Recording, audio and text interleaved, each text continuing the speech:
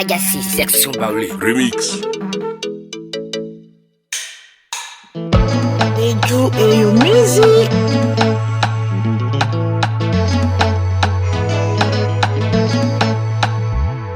Anyakre, Fadia Transe, Anyakre.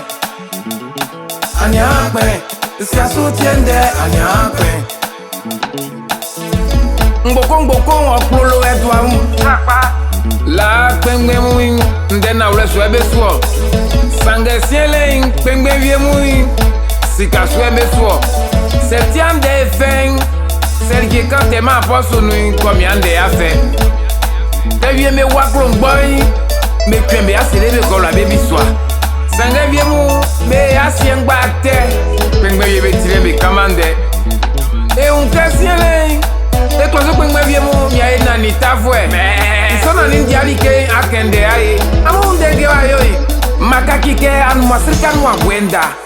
Kembong bangkang pliswe. Sangende bwenkene. Lai politicien moi me wandi chef mission.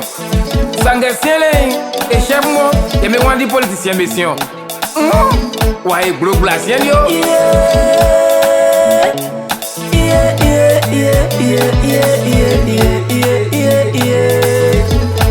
Docteur Yaobe. Anyakre, Fadia Transe, Anyakre. Anyakre, Sia soutiende, Anyakre. La nou ganamu, yeme senderi donio. Sange siele katigeri donsien, Anyay. Afwe olo, agisi olo, amla olo, ajwa olo. Kodo bizagla. So amu me jamu. Deja so yi. Klo kadri mu. Menu asema. Ngwe mi enwole. Komi aki klo ne gbagbagba. E apomo mi asaki. Amu ke me ku nyevie iwo sufwe damye wa wu. Amu ni abodo klati. Anu masi ngolo mba nje nwa blosa.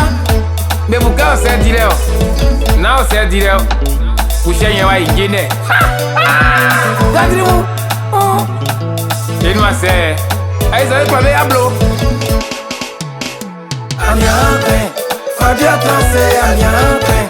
Agassi, section Anyakre, Sia soutiende, Anyakre. La yungwe drogue no fwe mui.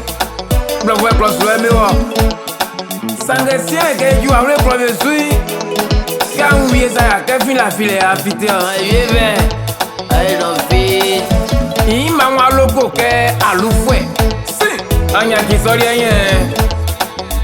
E un klabi jan lo ninge nkla gwa wakete. Manye sansi nko klolon klongbo makwo. Et do et your Ikrai wonu music. kwe siele manda banyo korobunkon. Mbeke wa eso. Promiske menun den soli.